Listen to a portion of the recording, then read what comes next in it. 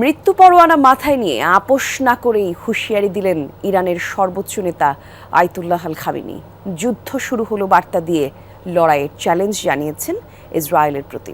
মার্কিন president Donald Trump আর Israel সরকারের একের পর এক হুমকির জবাবে প্রথমবারের মতো মুখ খুললেন খামেনি।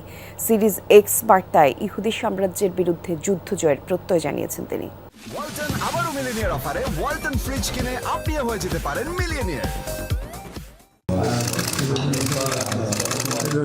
ইসরায়েলের অপারেশন রাইজিং লায়নে একের পর এক সহযোদ্ধাকে হারাচ্ছেন আয়াতুল্লাহ আলী খামেনি।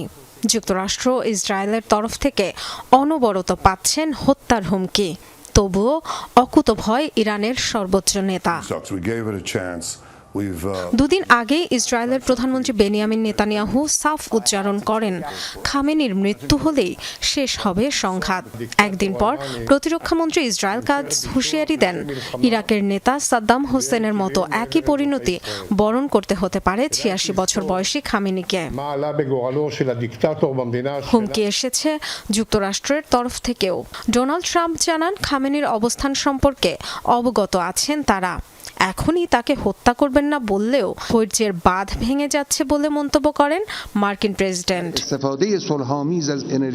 ক্রমাগত এসব হুমকি ধামকির প্রেক্ষিতে প্রথমবারের মতো মুখ খুললেন ইরানের সর্বোচ্চ ধর্মীয় নেতা আয়াতুল্লাহ আলী খামেনি।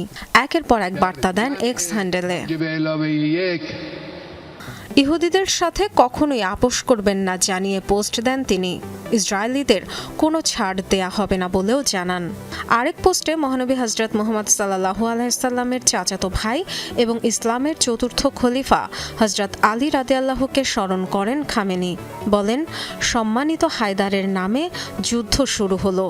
নিজের তলোয়ার জুলফিকার নিয়ে খাইবারে ফিরছেন আলী। আরবে ইহুদিদের শক্ত অবস্থান ছিল খাইবারে। ইসলামের ইতিহাসের অত্যন্ত গুরুত্বপূর্ণ এক যুদ্ধের পর অঞ্চলটি জয় করেছিলেন ইমাম হযরত আলী রাদিয়াল্লাহু, হায়দার নামেও যিনি পরিচিত। আরেক পোস্টে কুরআনের আয়াত তুলে ধরেন ইরানের সর্বোচ্চ নেতা। প্রত্যয় জানান, আল্লাহর ইচ্ছায় ইহুদি সাম্রাজ্যের বিরুদ্ধে জয়ী হবে Islamic republic. Dorothy Tasrin, Jamuna news.